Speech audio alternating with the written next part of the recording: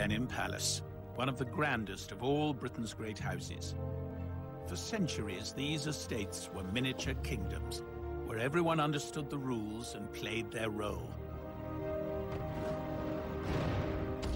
This is the story of how the First World War began the destruction of so many of these perfect worlds. 4 years of horror which notice on the old order. I'm Julian Fellows, and when I created Downton Abbey, I wanted to tell the story of this very moment in our history. There will be explosions on this tape, and passion! I wrote how the lives of the family and the servants were changed, and even ripped apart by war. We showed the women who went to work, and we watched as the doors of the house were thrown open to receive the wounded. Now I want to tell you about the men and women of a real house, Blenheim Palace, the war stories of a real Downton Abbey. This is this very room, transformed into a convalescent ward. Below stairs, I'll discover tales of heroism and tragedy. Now, this is very different from taking orders from the Ninth Duke. And upstairs, I'll seek out those who seized their chance to change. She doesn't look very retiring. She and the Bulldog have much in common. And I will explore the making of Blenheim's most famous son. Churchill was desperate to get in on the action. Well, this is a real. This is real. This is the original. I hardly dare touch it. The First World War would completely change the lives of the men and women who went through it. The world they'd die in would bear almost no resemblance to the world of their beginnings. It was a momentous time for Blenheim, and by the end, Britain would be transformed.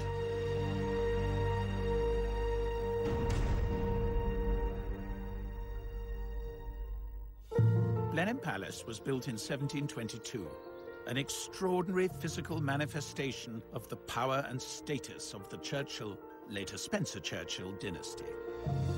The Dukes of Marlborough were the head of the family, kings in their own land. 80 servants ran the house and gardens. 145 farms were worked by tenant farmers and labourers. The house dominated the town of Woodstock, just beyond its walls. Its children attended Blenheim schools. Shopkeepers and craftsmen depended on the house for their livelihoods. And so it remained until the Great War. So what was life like at Blenheim before the 9th Duke inherited? Blenheim was almost bankrupt. His father had sold much of the collection. The whole estate was tottering, and it needed a vast injection of money to get it up and running again. And Consuela Vanderbilt could provide it.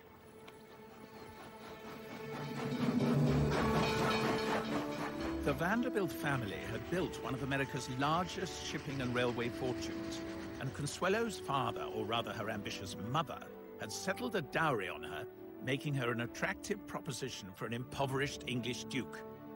But for all her striking beauty, there was never any attraction between bride and groom. And here they are, Consuelo and Sonny, the 9th Duke, making a more convincing couple in marble than they ever did in life.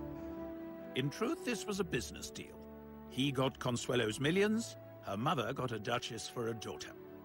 For the people of Woodstock, this was like a royal wedding, and their future prosperity lay in the gift of the happy couple. They were married towards the end of 1895 in New York, but they took a long honeymoon tour, which unfortunately only really served to show they didn't like each other very much. But anyway, they arrived back here in the spring of 1896. Of course, it was a fantastic event for the town. There was bunting and flags everywhere. The whole population turned out to welcome the glamorous new American Duchess, and all the dignitaries were in their robes, and there was even a squadron of the Queen's own Oxfordshire Hussars there to welcome them.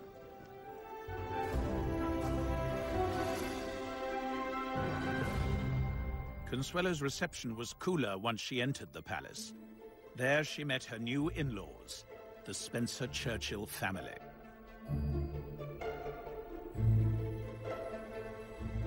This is the grand dining room where most of the meals were taken. Absolutely fabulous room, this. Lady Henrietta Spencer Churchill is Consuelo's great-granddaughter. And this is Tim, who's our butler. Oh, hello. Julian Fellows. So Tim has very kindly laid the table as it would have been set during that time. Oh, fantastic. So this is Consuelo arriving on her first night here. Well, you have to remember, she was only 19 when this marriage was arranged, and I think she found it particularly difficult dealing with the hierarchy of the staff. At that time at Blenheim, there were probably up to 80 household staff. Yeah. And, you know, there's this wonderful story when she wants fire lit, and she calls for the butler. The butler says, that's actually not my job, I'll just call for the footman to light the fire. She says, don't worry, I'll do it myself. I think the other tough thing for Consuelo was that she was suddenly engulfed by this huge Churchill family. One tale describes them as a signal for the ladies to leave the table. But her husband's aunt, the formidable Lady Sarah Wilson, had been running the house before Consuelo arrived, and she expected to retain this role. And I think Lady Sarah was one of the few daughters who was still at home. So she sort of felt, well, who's this sort of American upstart coming to take my place as hostess? But in fact, it was Consuelo's job to get up and lead the ladies out. And then She rose and intercepted her at the door and said, are you ill? are you ill? I love that. And when Lady Sarah denied it, she said, oh, I thought you must be ill because you're leaving early. And that was the end of that rebellion. I bet she didn't do that again in a hurry. You know, she was determined to make her mark and show that she was rightfully the hostess, and good for her. And that was her business. Absolutely. Such pettiness was made irrelevant in August 1914 with the declaration of war. Men clamoured to enlist, and women from all classes looked to play a part. But I was surprised to discover that Lady Sarah Wilson was one of the first to answer the call, that she would leave the lavish surroundings of Blenheim with its staff happy to wait on her hand and foot, and instead volunteer for service. I have here the medal card, something I didn't know existed, of Lady Sarah Wilson. Here she is listed as being at the Allied Forces Base Hospital, which must mean that she went abroad. She went either to the front or near the front at any rate. So she was not simply sitting at home knitting socks for soldiers. She was in the thick of it. And I am going to try and find out a bit more about that. Lady Sarah was no stranger to war. When her officer husband, Gordon Wilson, went to fight in the Boer War, she followed, rather incredibly finding fame as the first female war correspondent, becoming something of a feminist heroine. But her activities during the Great War are less well known, so I'm in London to find out more at the Royal Society of Medicine's library to meet historian Alison Fell. I have the medal card of Lady Sarah Wilson. But what did she actually do out there? Well, I've got an article from a newspaper. This is shortly after the outbreak of war. Hospital at the front. I propose to run the hospital under the auspices of the Red Cross Society to engage the best available surgeons and nurses. This stationary hospital of 200 beds has been gratefully accepted by the French ambassador on behalf of the French government for English and French wounded. And it would have involved an awful lot of negotiation with a number of different people setting up a hospital. And so to have to deal with the military authorities, with the Red Cross, to employ people around. This is her, is it? It is. See her confidence, I think. Yes, she doesn't look very retiring. She and the bulldog have much in common. Indeed. I mean, if she had been timid and vaguely inquiring as to whether or not she could be useful, clearly she wouldn't have got anything like as much done. And I think they would have seen, although they weren't right at the front. Yeah, but they saw the men coming in. Absolutely. A world away from her life receiving guests in a sumptuous palace, as Lady Sarah put herself within earshot of artillery fire, at the same time, her husband, Colonel Gordon Wilson, was somewhere on the front line. I have here the war diary. It's quite difficult to read. Colonel Wilson, killed, so he was killed, in November of the first year of the war, so almost immediately. So she would have found out quickly. Yeah. And I think 3 days later, she went back to Britain and to arrange the funeral. And then only 2 weeks after that, she went back out to France to the hospital. 2 weeks later? Yeah. Colonel Wilson was killed at the First Battle of Ypres in the autumn of 1914. And his death cut short a marriage of almost 23 years. But a loss such as Lady Sarah's would soon become all too common. Quite a lot of the women I've looked at who volunteered to go and do war work in France had been either widowed or had lost a son, which is interesting. Nursing their patients as if they were their son or their husband. So I think it was a way of coping with separation and then sometimes with loss.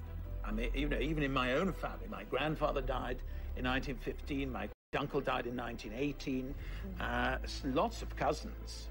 They all had men they loved who were at the front. Yeah. And an astonishing number of families were touched by death. Grief united women from all classes, leaving more than 200,000 British widows. Sarah Wilson devoted herself to helping wounded men in France for a further 2 years. I have another document here that we found from 1960. Lady Sarah Wilson has her own hospital, which a man who was nursed there told me was the jolliest place to be ill it was possible to imagine. He said Lady Sarah herself was a veritable tonic. So bright and cheery was she always. I don't think Consuelo would have recognized this portrait. I was just about to say what a different picture of her. We get there. Before the war, I don't think she was a nice person. She certainly was extremely unpleasant to Consuelo when she first arrived at Blenheim, bullying. In some ways, maybe a war gives a woman like Sarah Wilson the opportunity to use skills in a way that had public acclaim, and she felt... Her, really. Her rival Consuelo had moved on too. She'd done her duty by bearing 2 male children, an heir and a spare, then fled the palace for London to get away from the husband she loathed. There, she dedicated herself to helping women in the workplace. It's ironic that at the same time, her estranged husband, Sonny, played a key role in getting women into work. Under his leadership, women of every class took up jobs previously reserved for men. It was a change that would alter things irrevocably long after the war was over. I'm meeting Michael Waterhouse, the 9th Duke's great-grandson. He founded this women's land corps that became the land army that we know so much about from the Second World War. Well, the Second World, we always think it's the Second World War phenomenon. But it's not. It's Sonny Marlborough as a junior Minister of Agriculture, and he encouraged women to come forward to work on the estate because all the men went off to the front. The Duke didn't stop there. He offered this very formal long library for service. Before the war, it had accommodated grand balls and glittering receptions, and it would have been unthinkable to see it filled with sickbeds. You know, this very room transformed into a convalescent ward. I find there's something very moving in that, really, wanting to involve even the house. He really made Blenheim play its part in the war. You know, ploughing up the sheep walks for arable, planting cabbages in the herbaceous borders. He saw himself as a great Englishman, and he was going to do his bit for Britain, and he was jolly well also, as minister, going to use his influence to encourage other people to follow his example. This was before the National Health Service, and it was vital that these great families got involved, because in the First War, their houses were not requisitioned. They had to be offered freely by their owners. By the end of the war, 3,000 buildings became temporary hospitals. And in these hospitals, on the land and in munitions factories, 2 million British women took the place of the men who'd gone to fight. Their service would prompt the first concessions, allowing women the right to vote. But it was the men of Blenheim who faced the horrors of the front line. Above stairs and below stairs, they volunteered to fight for their way of life. I'm going in search of 2 young men from very different backgrounds.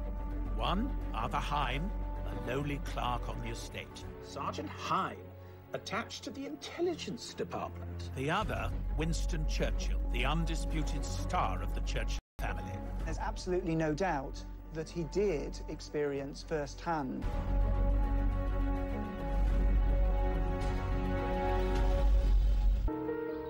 Blenheim Palace.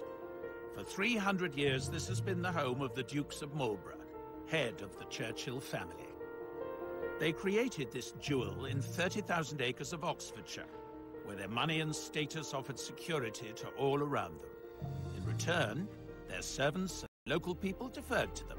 trusting them with their lives. But when the First World War broke out, this ancient system was put to the test. All the great and the good of Blenheim and people who worked for them found themselves involved in world events, and nobody was keener to get stuck in than Winston Churchill. This is what he wrote to his wife. My darling one and beautiful, everything trends towards catastrophe and collapse. I am interested, geared up, and happy. Is it not horrible to be built like that? It shouldn't surprise us too much that Winston Churchill was so anxious for glory in politics and in warfare. This is where he was born, and Blenheim Palace is a house built on war.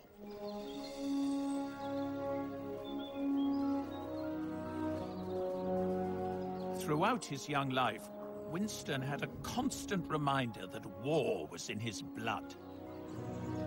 His ancestor John Churchill won a famous victory over France. He was rewarded with Blenheim and a dukedom. Well, this is the column raised to the memory of the first Duke of Marlborough, with an incredibly splendid inscription, which is pretty florid.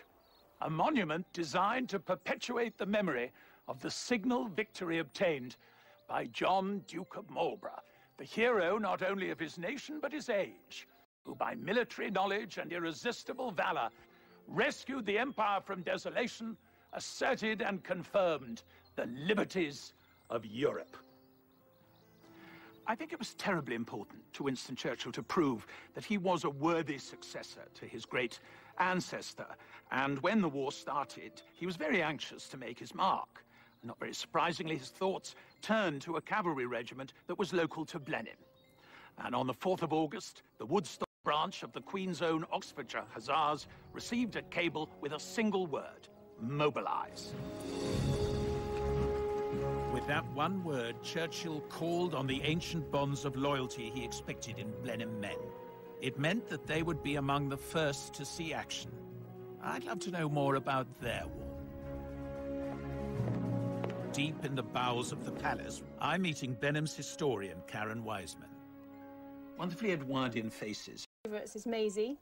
Then there are 4 Hollises dotted around. This is one of the Hollises, and they worked as footmen. And then you see this lovely man. But all 4 brothers were footmen? Were all in the palace, yes. They were all listed as working for the butler. Tell me that some of them survived the war. 2 of them did not, and 2 of them did come home. Oh, God.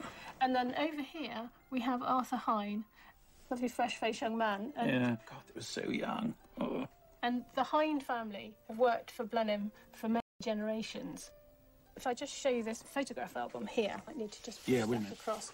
Now, this was a gift to the 9th Duke and Duchess when they got married. And when you turn the pages, you'll see they're all dressed in Sunday best with their names underneath. Oh, and it's all the estate workers and house workers. And all the tenants. And if you keep going a little way till you get to the name Hine.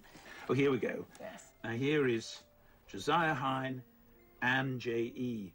Hine. Josiah Hine was estate clerk, and then his son J.E. Hine comes and joins them.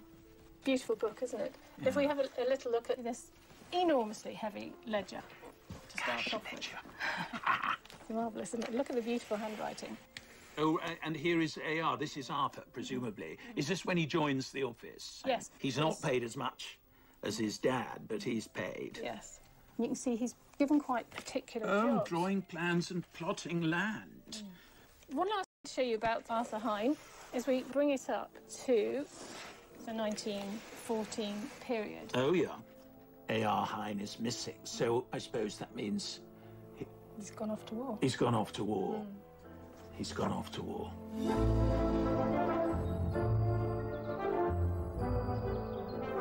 Up to this point, much of Arthur Hine's experience of military life had been in the Hussars' regular training camps at Blenheim, where he would have encountered Winston Churchill. The war wrenched Hine from this secure world. In September 1914, he was in France with the Hussars. They expected a quick and glorious victory and to be back at Blenheim for Christmas. Where is Dunkirk? Dunkirk is just inside France here. Yes, I see. I'm meeting military historian Chris Baker. He's made a discovery about Arthur Hine's first experience of war. So Churchill has decided to send over the Hussars, And Hine goes with them, presumably. Yes. Do we have anything of his actual career once he'd crossed over? Well, what we know is that he was a dispatch rider message carrier. An article appeared in the press. Oh, this is nice. Sergeant Hine of Woodstock, attached to the intelligence department, went through the bombardment of Antwerp and was at the firing lines at the forts. Officer. His name was Major Fines. Fines? Fines. Now, he's been Churchill's parliamentary private secretary for a while. And of course, the two, with their connection to the men of Blenheim, Arthur would have been known to them. And if you're going to be sent into a fast-moving and dangerous situation, well, take a man you trust. The besieged Belgian city of Antwerp was on the brink of surrender to Germany. Winston Churchill became the loudest advocate of a British mission to save the city, which sent local Blenheim man Arthur Hine into the fray as a dispatch rider. The Germans brought up what for the time was the heaviest artillery in the world. They begin a deliberate, steady, heavy bombardment of the city. 5 shells per minute falling into the packed city centre. You can imagine the scene of buildings falling, of fires breaking out. Very frightening, chaotic. Riding his motorcycle through Antwerp, Arthur Hine found himself in the thick of the chaos. Amid the terrible scenes he witnessed was the sad plight of a poor girl who had crawled from the cellar of a burning house, leaving her parents inside. Sergeant Hine offered her a lift on the motorcycle he was riding. With great difficulty, he was able to get to Ostend and brought the refugee home to England, where she is being well cared for by his parents. What an extraordinary story. I don't think there is much doubt that Arthur was given some kind of special mission to go home. Because he couldn't have been court-martialed if he just Absolutely, left. you couldn't just do that. The first thing Churchill would want to know is what really happened. Yes, absolutely. And an eyewitness account was clearly essential. The regimental history hints that he went to London on arrival in England, which again sort of reinforces the possibility. Wretched Belgian girl clinging to his waist the whole time. Antwerp quickly fell to Germany, and 30,000 Belgians lost their lives. Arthur Hine soon returned to the front, although his role as Churchill's messenger was no longer apparent. He marched into the First Battle of Ypres as a regular soldier, the same bloody battle that killed Blenheim's Colonel Gordon Wilson. By January of 1915, he was in hospital suffering from shell shock. Having seen such horrors, you'd think at the end of the war he'd want to scuttle home to this safe haven. But in fact, he went to work for the railways and never returned to Blenheim. So what kind of man was he? Here we are. To see what she knows, and also to tell her what I've discovered. And it is an extraordinary, extraordinary design, you think. And there's the first Duke on his column, you see. Fantastic. Oh, I'm just going to show you. This is the Queen's Own Oxfordshire Hussars, and this chap is Arthur Hine. My goodness me. He looks so young, doesn't he? It's just He looks so heartbreaking. small. Really. So small and young. So small. Did you get to know him well, then? He came to our wedding, and I've got a picture with I'd me, love to see it. Where is it? with me. And there he is. Oh, but you see, he's quite sort of stylish, isn't he? And he was always well dressed. But I mean, the way he holds himself, Yes, you can see yes. he's a military man. He certainly was a character, as you can see. I know, no, you can see it in that, actually. Rather extraordinary, really. And he used to come to our house and he used to go, bang, bang, bang, Hine here. Hine here. And he would never, like, when I used to say Grandad, he used to say, no, it's Hine. Oh, and you had to call him Hine? Mr. Hine or just Hine? No, just Hine. He would just turn up out of the blue, and I used to say, I'll cook dinner, whatever. No, give me a cup of tea. Got to be on the next train. Got to be back on the train. Got to be back to Tiverton Parkway. It was very strange. It seems, forgive me for saying, slightly dysfunctional, all that. And I wonder, I mean, he did have a kind of breakdown, really. But actually, he a very splendid war. He worked in the intelligence. He was taking messages, we think, probably, to Churchill from the front. So he was a very gallant figure in that bit. And he had this extraordinary adventure at the end of the siege of Antwerp. Do you know about his rescuing? No. None of that. It's all Nothing. secret. Well, amid the terrible scenes he witnessed was the sad plight of a poor girl who had crawled from the cellar of a burning house, leaving her parents inside. And Sergeant Hine offered her a lift on the motorcycle he was riding and brought the refugee home to England, where she is being well cared for by his parents. My goodness me. Isn't that extraordinary? I mean, a real adventure. To think he had so many stories to tell. I know. And he couldn't tell them. No. He was just a man of mystery. Bang, bang, Hine here.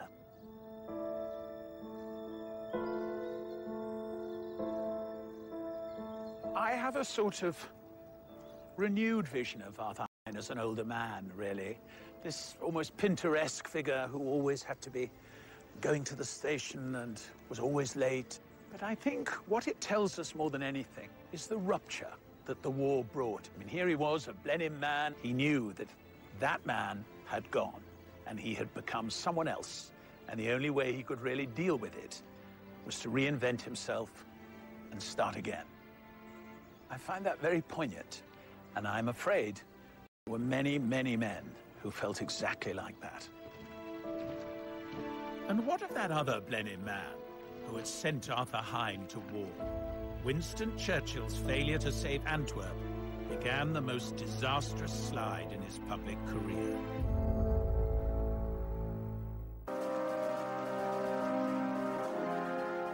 Blenheim Palace, home of the Dukes of Marlborough. The first Duke's great victory over France brought the family wealth and influence. And the man most likely to follow in his footsteps was Winston Churchill. But the Great War threatened to defeat his ambition. As First Lord of the Admiralty, he was held responsible for the disastrous invasion at Gallipoli in Turkey. 50,000 Allied troops lost their lives. Churchill was forced out of office, and his reputation was ruined. His response was to go to the Western Front himself, as an ordinary battalion commander.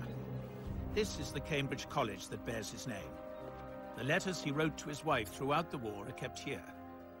Alan Packwood is the director of the Churchill Archives. He decides to go to the front, to face the danger, to be with the men who are fighting.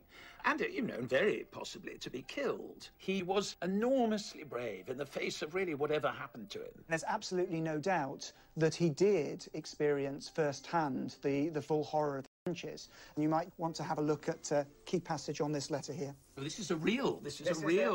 This is the original. This is Churchill writing back to his wife. I hardly dare touch it. So this passage down here particularly. I am sure I am going to be entirely happy out here and at peace. It's an interesting choice of words at the front. I must try to win my way as a good and sincere soldier, but do not suppose I shall run any foolish risks or do anything which is not obviously required. Always your devoted and loving husband, Winston. There's absolutely no doubt that he was personally brave, that he was very resolute under fire, and that's brought very vividly to life by this letter back to his wife, Clementine, from November 1915. So this is the original letter. We have this transcript for you here. You'd rather I touched that than that, wouldn't you? Of course. I know your sort. My darling, we have finished our first 48 hours in the trenches. It is a wild scene. Filth and rubbish everywhere. Graves built into the soil. God. Water and muck on all sides.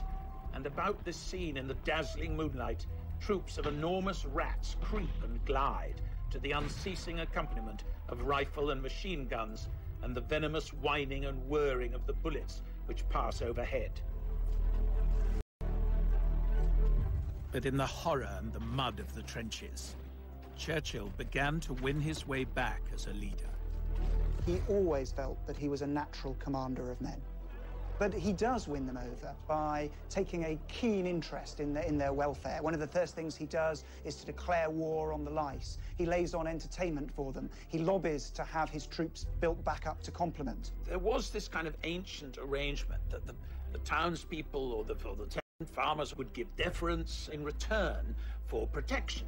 That's the tradition from which Churchill comes. He clearly won them over and proved himself actually quite an inspirational commander. Must have been incredibly relieving, actually, for his men, that they knew they had someone who was on their side, taking an interest, and more to the point, had contacts right at the top of the stairs. I think Winston Churchill is one of those people who was changed for the better by the First World War. That very aristocratic sense of entitlement, rather unquestioned, rather arrogant, really, seemed to develop into something kinder and more responsible and more modern. I suppose in a way one could say the First World War made him the man to win the Second World War. The war was dragging Blenheim and its people into the future, whether they wanted it or not. The fact is, who gave the orders and who took them was changing, and a new force was emerging, the middle class. Huge family, yes. I'm interested in how these changes affected a soldier from a solid Blenheim working family. Yes, George Farley was the founder. George Farley and Son was the firm. House painter, house painter. Genealogist Mary Evans has been digging into this long line of painter-decorators who for generations kept the palace pristine. And if we look in the estate ledgers, we can see George Farley and Sons. 1898. 1898, so it wasn't long after the Duchess's dollars had arrived that we have the kick-off. That's right, yes, indeed. We have them again a little bit later on. And what level are we talking? So bedrooms and passages or staterooms? All sorts. We have one here, look, colouring the walls, etc., in the long library. Oh, OK. Oh, this is 1903. Very grown-up stuff. Yes. Mary's found the war record of one member of the Farley family, Albert Frederick Farley, and he joined up on the 15th of September 1915. So that's before conscription. Conscription didn't come in until the following year. Oh, offence. This is only for reporting offences. This is for the offences, yes. When on active service, not complying with an order, which sounds very serious, although in brackets it says, i.e. not cleaning cooking utensils when ordered. When ordered. Yes, I'm sort of slightly with Albert over that one, so I don't want to hold that against it too much. 13th of March, 1916. Disobedience to standing orders, i.e. crossing land during prohibited hours. And again, the 27th, being late on parade. Not so bad. Well, not so bad, but I mean, it's slightly massed. You know, they're having to write little to get it all in. And here we have refusing to obey an order, which I'm afraid this time is not qualified. And the last word, missing. It's rather sad, isn't it? You think he volunteered to protect his country and went off brave, and it hasn't gone well from the beginning. So the question is, what happened to him? I want to discover why this eager young recruit behaved so badly, and what lay in store for him, and this great house that had shaped the universe in which he was born and raised.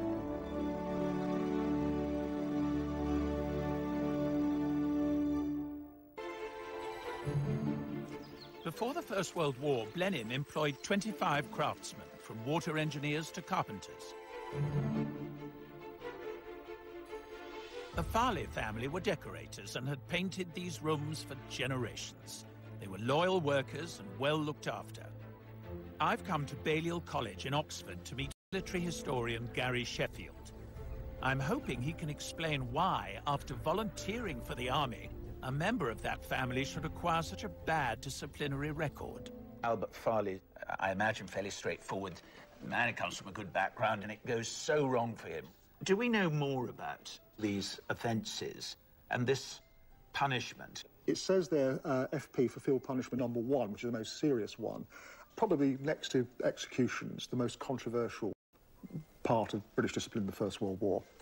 Because it involved tying a soldier to a fixed object 2 hours a day for 21 days. And we've actually got an account by another soldier of his reaction. I saw that one of the artillerymen was stretched out, cruciform fashion, his arms and legs wide apart, secured to the wheel.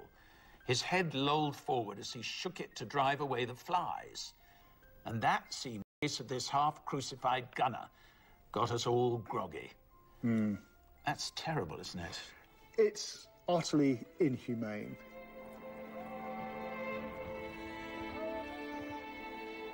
Albert bore his punishments and fought in ghastly conditions in the Battle of the Somme during the wet autumn of 1916.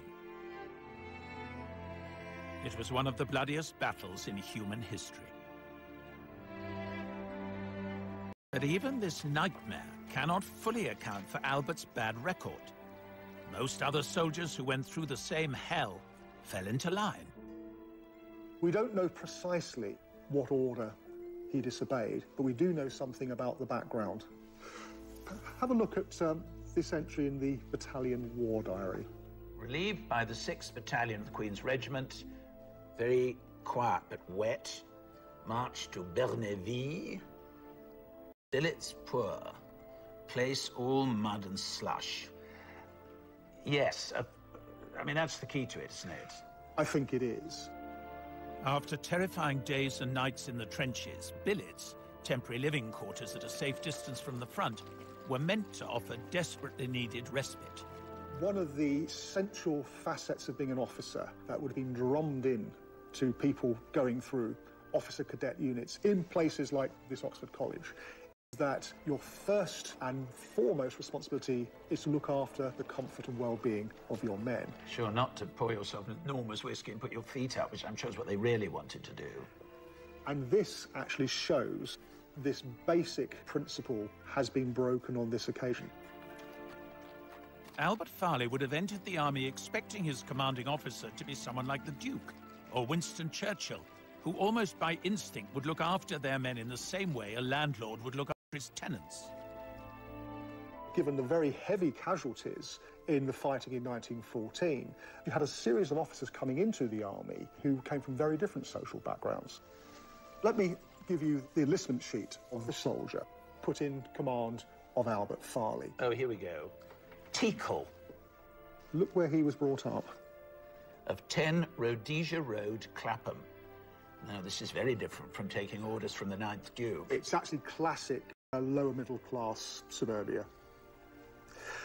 And his occupation is interesting for an officer. His occupation in civil life is a bank clerk. Although we mustn't be too anti Mr. Teakle. I mean, why shouldn't he be an officer? Why shouldn't he get on? You know, one mustn't think it was easy for the officers either. I keep having this sense of people taken from ordinary lives, you know. That Farley simply cannot, or perhaps will not, cope with the social change that the war has brought about. And in some ways, I think we can see Albert Farley as being a victim of it. The old society is cracking in front of his eyes, and I think he's not very pleased with what replaces it. 6 months after receiving his worst punishment, Albert Farley's war was over. Under heavy machine gun fire in the Battle of Arras, he was reported as missing and accepted as having died. In Woodstock, he is honored by this monument, along with the other local men who gave their lives for their country. When the war was over, the army sent Albert's medals to his mother, Florence. Here we have the receipt for the Victory Medal. And here she's written in, "My son, A.F. Farley." I think there's a sort of pride in that when she writes "my son." She's sort of lifting him off the page. By its end, the Great War had cost nearly 1 million lives from Britain and her empire.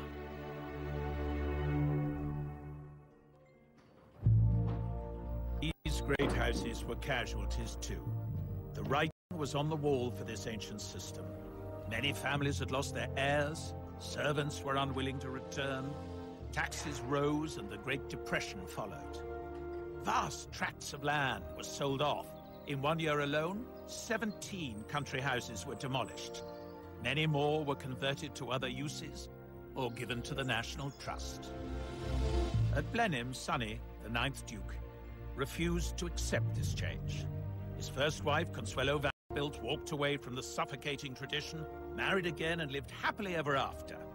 But Sonny had dedicated his life to Blenheim and he couldn't stop now.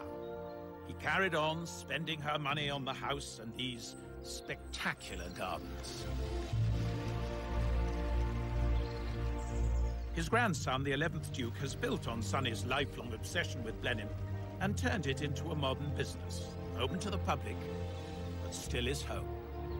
He started with the Italian gardens before the First World War, and then where we're sitting now, the water terraces, he did after the First World War, from 1925 to about 1930. Just when a lot of other families were pulling in their horns, he was making Blenheim more splendid than ever before.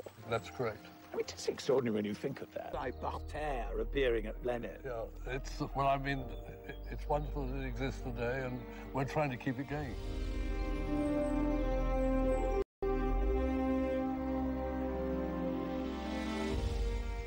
The Churchill family, and in fact, the whole Blenheim community, had entered the Great War still governed by the ways of the 19th century.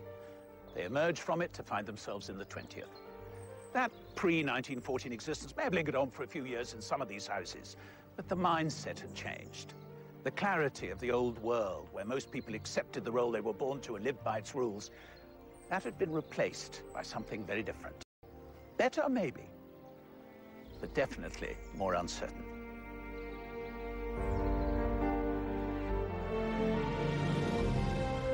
And we head to another grand house this weekend as the new series of Downton Abbey continues Sunday at 9. Then we've brand new drama for you next week as James Norton stars as a vicar on a mission. That's Grantchester, Monday at the same time. Here next, with all the latest headlines, we've the ITV News.